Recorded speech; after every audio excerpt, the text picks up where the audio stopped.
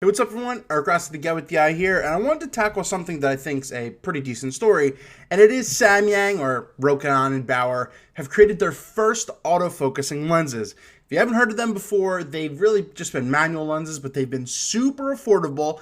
I've done a review on the Rokinon 14mm for Nikon. I'll leave that down in the description below so that way you can see the quality, but they're very affordable lenses that are very fast, typically 2.8s, and they make all prime lenses, so like a 51.4, 35, whatever, all that kind of stuff. And they've just been like $300, under $400, where counterparts are, 500s to thousands and everything. So that's why they've been very popular. So news just came out today, or kind of overnight, that Samyang unveiled their first autofocusing lenses. That would be for the Sony line though. So it's interesting. I don't know if they have the Nikon and Canon in the works, but they have their 51.4 that they're going to be coming out with, and the 14 2.8, which they've already made.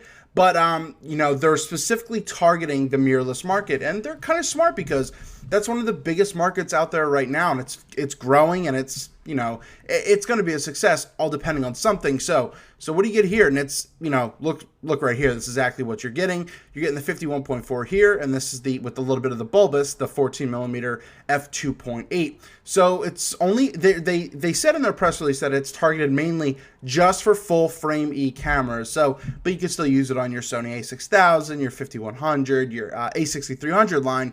So you'll be fine with that as well. But once again, they've always been manual, so this is a big deal that this is autofocusing, and a lot more people will be will not be as intimidated to buy these because you'll get it right every time. And that was kind of my thing with the 14mm when I owned it, was that I wasn't always, even though I even had some peaking and everything, it always still wasn't sharp, and I was just like, I just can't deal with it. But so be it. We'll compare a couple of the prices and stuff in a minute.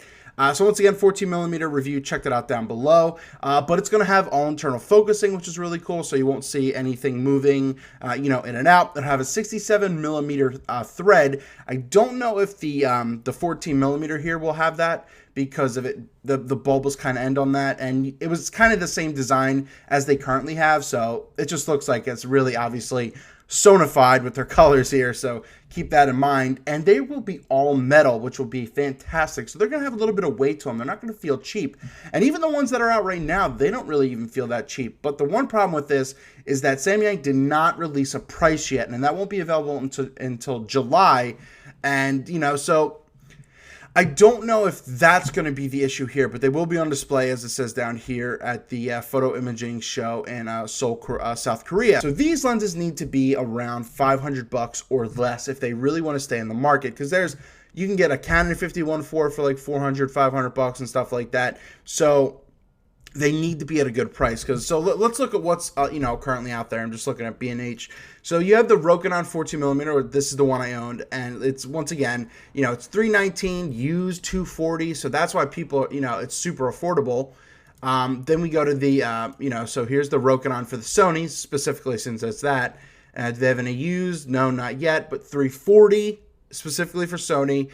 As you see right here, this is exactly what you're getting. It's not necessarily an all-metal build. It's a little bit plasticky, but it felt fantastic. But they also have the 51.4 for Sony cameras, $400. So essentially, it looks like they did a redesign of the lens and just added on some contacts, so that way you could get a motor and that way you could get focus. But they can't go really heavy with this price. It's going to be an absolute failure. So I'm kind of excited for them. And, for some reason, the Nikon and Canon lines are a little bit less. Oh, it's interesting. The Sony lines on the Nikon's on special order. But I don't know. I just wanted to bring this up. They need to be under $500, if $600 the most. But if you're getting at that point, it's just too much money for something like this. Except the wide angle, except 14mm, the 2.8 can be great if it's $500 or $600 as well. But there are a lot of zoom options that are very popular.